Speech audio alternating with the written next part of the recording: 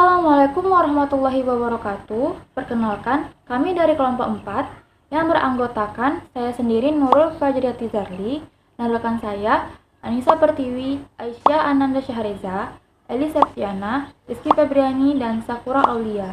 Jadi, di sini kami akan mempresentasikan hasil diskusi kami mengenai kerangka konseptual. Kerangka konseptual adalah suatu sistem yang koheren yang terdiri dari tujuan dan konsep fundamental yang saling berhubungan dan dalam penetapan standar yang konsisten dan dalam penentuan sifat, fungsi, dan batasan-batasan yang terdapat dalam akuntansi keuangan dan pelaporan keuangan.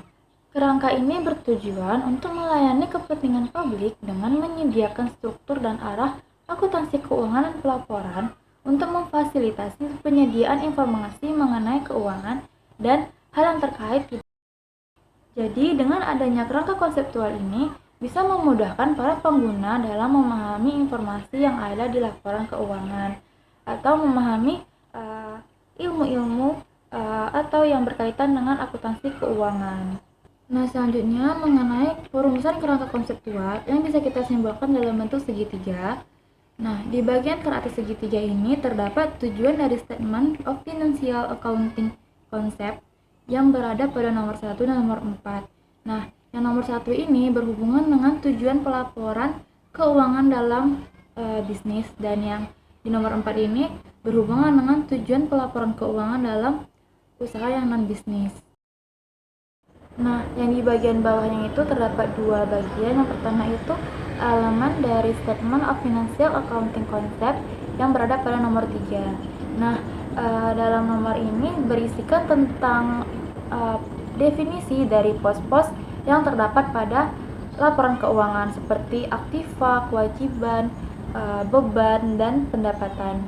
Nah, bagian yang kedua ini terdapat 3 bagian. Yang pertama ada kriteria pengakuan, yang kedua ada laporan keuangan, pelaporan keuangan.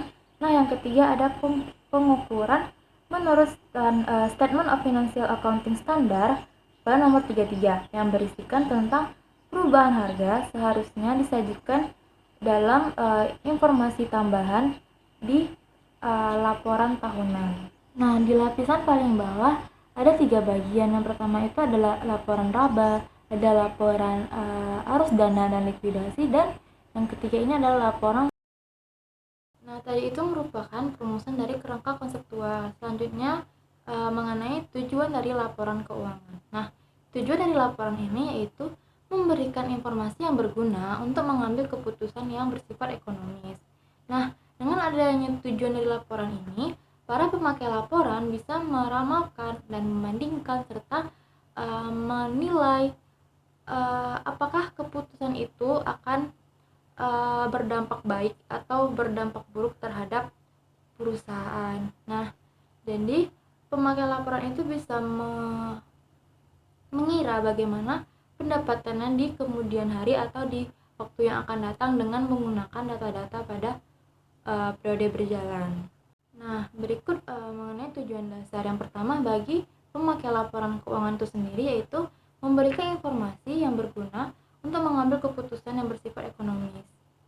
Nah, untuk yang pemakai umum yaitu untuk melayani mereka yang memiliki wewenang, kemampuan, dan sumber kekayaan untuk mendapatkan informasi dan meyakini bahwa laporan keuangan yang ia temukan adalah sumber utama dari perusahaan dan mengetahui aktivitas utama dari perusahaan. Nah, untuk pemakai lain yaitu memberikan informasi yang berguna bagi investor atau kreditor untuk meramalkan, membandingkan, dan menilai potensi arus kas menurut jumlah waktu dan dengan memperhatikan ketidakpastian serta bisa melihat atau membandingkan, menilai juga earning power atau kemampuan perusahaan untuk mendapatkan laba.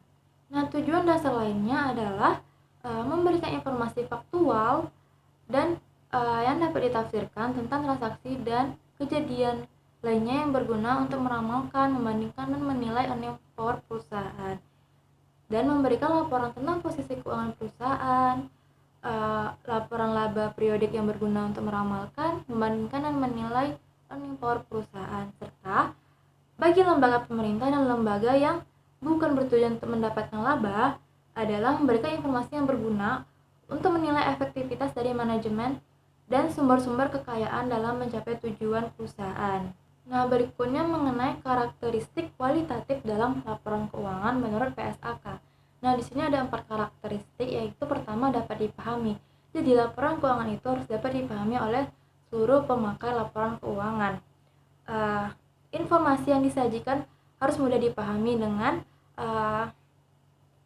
memiliki pengetahuan yang memadai tentang bisnis dan ekonomi, akuntansi, serta kemampuan untuk mempelajari informasi dengan ketekunan yang wajar.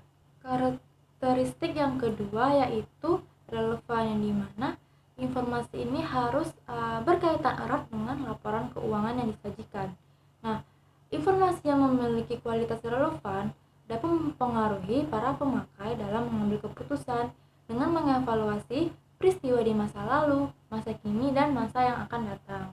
Nah, karakteristik yang ketiga yaitu keandalan. Jadi, informasi yang terdapat pada laporan keuangan harus bisa diandalkan. Nah, informasi memiliki keandalan jika tidak memiliki atau bebas dari pengertian yang menyesatkan, kesalahan material, dan penyajiannya harus dilakukan dengan secara tulus dan jujur. Jadi, informasi yang dipublikasikan laporan keuangan itu benar-benar fakta sebenarnya, jelas keasliannya. Nah, karakteristik yang keempat yaitu dapat dibandingkan. Jadi, para pemakai laporan harus bisa membandingkan laporan keuangan antar periode untuk mengidentifikasi kecenderungan atau tren, posisi, dan kinerja keuangan. Serta, para pemakai laporan juga harus bisa membandingkan laporan keuangan antar perusahaan untuk mengevaluasi posisi keuangan secara relatif. Nah, berikutnya mengenai elemen yang ada pada laporan keuangan. Menurut FASB nomor 6, terdapat 10 elemen yang ada dalam laporan keuangan yang dibutuhkan oleh para pemakai. Yang pertama itu aset, kedua kewajiban, ketiga itu ekuitas, keempat investasi, kelima itu distribusi ke pemilik, keenam itu laba komprehensif, ketujuh itu pendapatan, ke-8 biaya atau beban, ke-9 untung atau laba, dan yang ke-10 yang terakhir itu kerugian. Nah, selanjutnya mengenai kerangka konseptual di Indonesia. Jadi, kerangka ini diperkenalkan pada bulan September tahun 1994. Nah, Ikatan Akuntansi Indonesia mengadopsi kerangka konseptual yang disusun oleh International Accounting Standard Committee sebagai dasar penyusunan dan penyajian kerangka konseptual. Nah, jadi kebijakan ini disetujui oleh Komite Prinsip Akuntansi pada tanggal 24 Agustus 1964. Nah, dan disahkan juga oleh Pengurus Pusat Ikatan Akuntansi Indonesia pada tanggal 7 September 1994. Nah, kerangka konseptual ini dinamakan dengan kerangka dasar penyusunan dan penyajian laporan keuangan atau disingkat dengan KDPP-LK. Nah, untuk materi selanjutnya akan dijelaskan oleh rekan saya yaitu Rizky Febriani. Baiklah, saya akan melanjutkan pembahasan mengenai postulat, prinsip, dan constraint. Postulat, prinsip, dan constraint merupakan pedoman operasional yang digunakan dalam mengukur dan mengakui elemen laporan keuangan serta menyajikan laporan keuangan.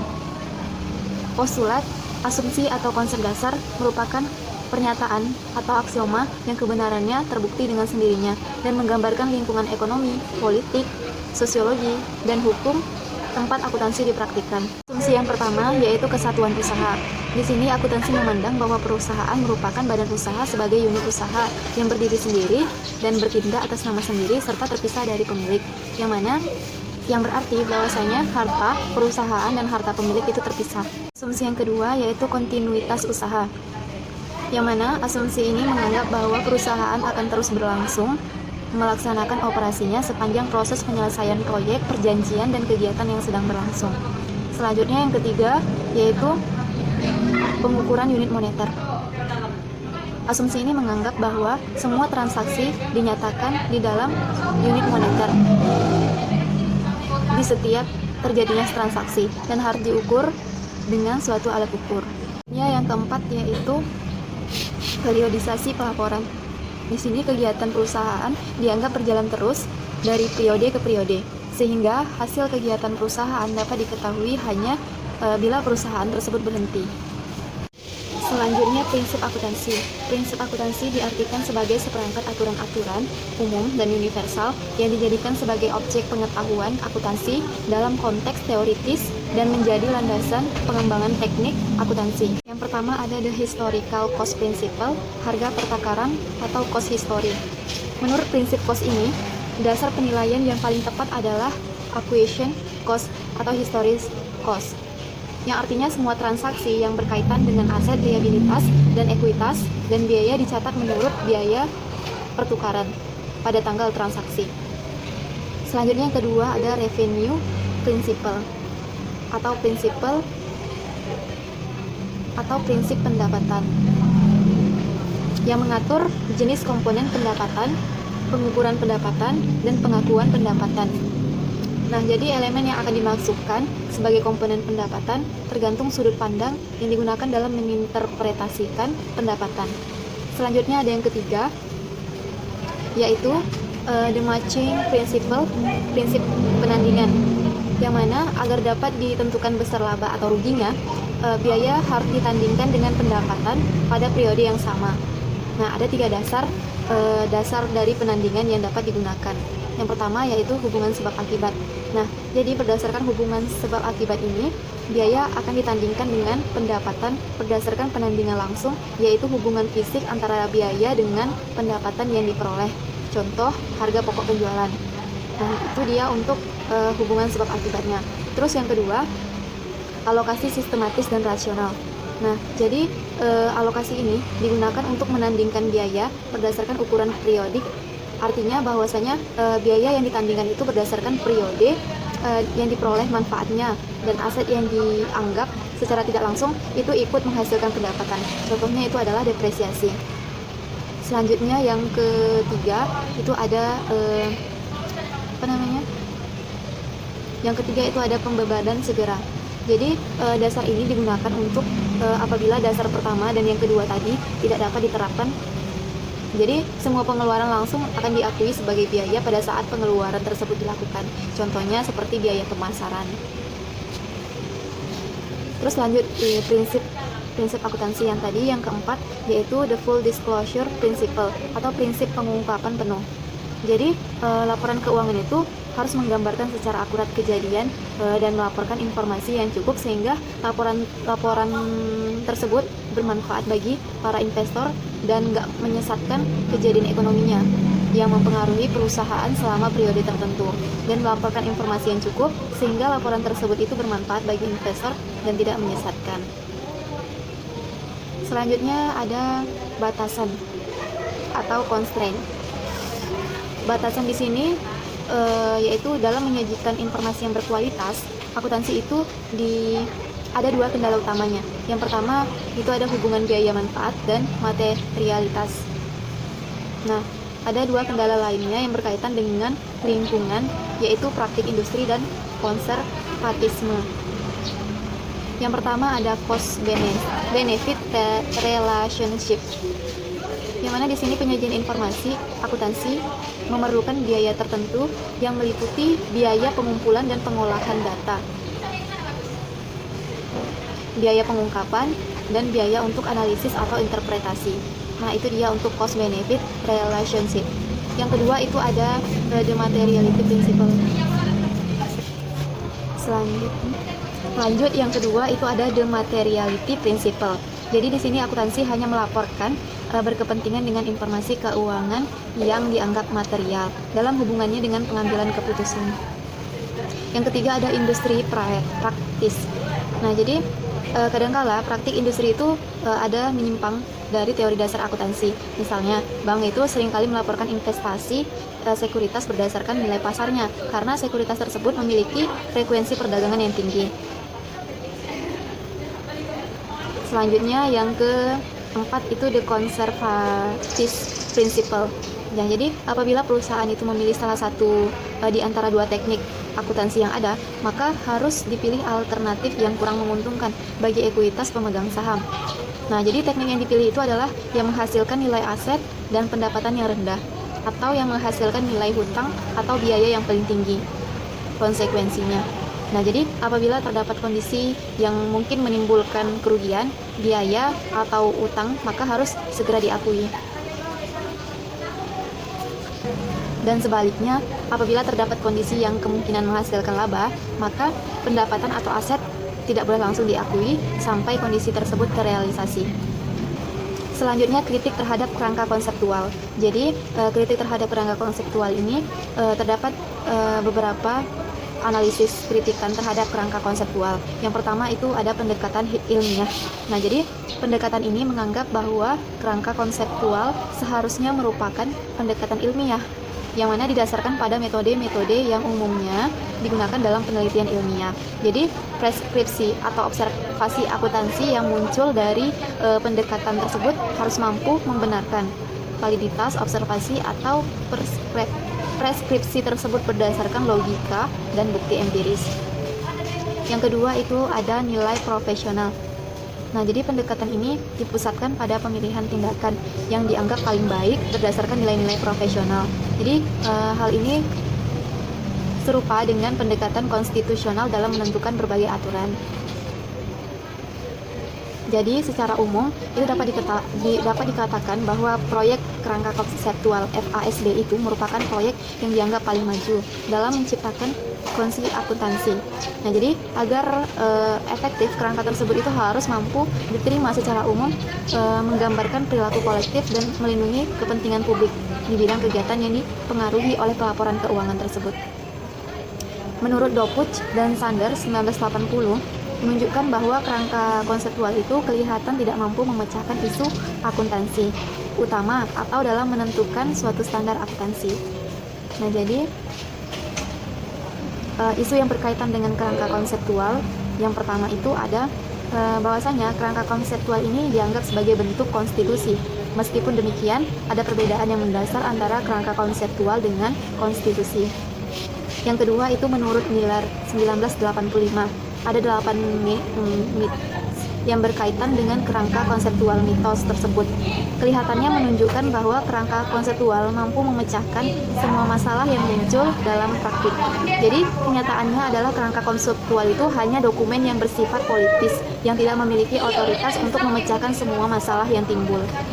Selanjutnya yang ketiga, kerangka konseptual tidak dapat memberi jawaban atas semua pertanyaan yang timbul. Nah, jadi kerangka konseptual itu hanya memberi arah dalam penentuan timbul standar dan mengurangi pengaruh bias pribadi dan tekanan politik dalam membuat pertimbangan akuntansi. Sekian penjelasan dari kami. Apabila ada kesalahan mohon dimaafkan. Wassalamualaikum warahmatullahi wabarakatuh.